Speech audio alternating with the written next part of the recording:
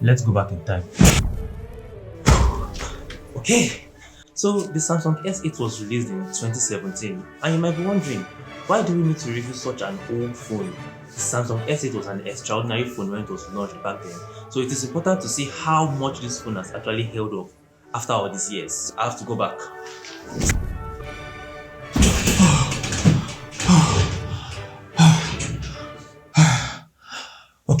Okay. First of all, let's talk about the design. The Samsung S8 was a stunning phone when it was launched, and it still is. The sleek and curved design of the phone looks amazing, and it is still a head turner when you take it out of your pocket.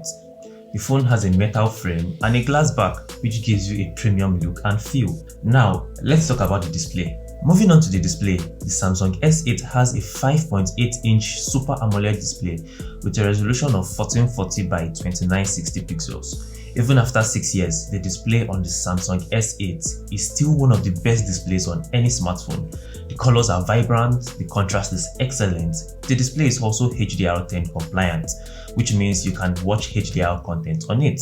Under the hood, the Samsung S8 is powered by a SnapDragon 835 or an Exynos 8895 processor depending on the region. While these processors might seem old by today's standards, these are still powerful enough to handle most tasks with ease. The phone comes with 4 gigs of RAM and 64 gigs of storage, which can be expanded with a micro SD card. So everyone always asks about cameras, so let's talk about it. The camera on the Samsung S8 was excellent when it was launched, and it still takes great pictures. The phone has a 12.8 megapixel rear camera and an 8 megapixel front-facing camera. The rear camera can shoot 4K videos at 30 frames per second, while the front-facing camera can shoot 1440p videos at 30 frames per second. The Samsung S8 also has some features that were ahead of its time when it was launched. The phone has an iris scanner which allows you to unlock your phone using your eyes. It also has a fingerprint scanner which is located at the back of the phone near the camera. The phone runs on Android 7.0 Nougat out of the box, but it can be upgraded to Android 9.0 Pie. While it is not running on the latest version of Android, it still receives security updates, which is a good thing. Now, as good as this phone might seem, I still have some issues with it. Here are some cons to consider. Well, firstly, screen burning. Now, screen burning is a very big issue on the Samsung S8. If you leave certain images on the screen for too long, it tends to actually burn and leave a residue on the screen. As you can see from my own screen, I have a little bit of screen burning,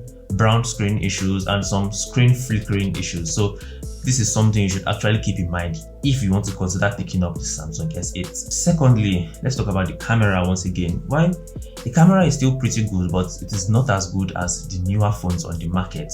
Low light photos can be grainy and lacking in detail, and sometimes the camera app just lags a little bit. Thirdly, the back of the Samsung S8 is made from fragile glass which can easily crack if it is dropped or mishandled. As you can see from my own, it actually has this huge crack on the back which actually occurred when I mistakenly dropped my phone some weeks ago. So this is something you should actually keep in mind if you are considering purchasing this phone in 2023. Now, fourthly, the battery life on the Samsung S8 is not as good as the newer phones in the market today. You can expect to get about 4 to 5 hours of screen on time, which might not be enough for heavy users. So to sum it up, the Samsung S8 was a groundbreaking device when it was first launched, and even after 6 years, it still holds up. The design is stunning, the display is still one of the best designs on a smartphone, and the camera still takes great pictures. But I wouldn't advise anyone to buy the Samsung S8 as a main device in 2023 simply because the camera is no longer great, probably due to aging, the battery life is poor, it no longer gets updates. Well, it still gets some security updates now and then, but it is stuck at Android 9 and One UI 1.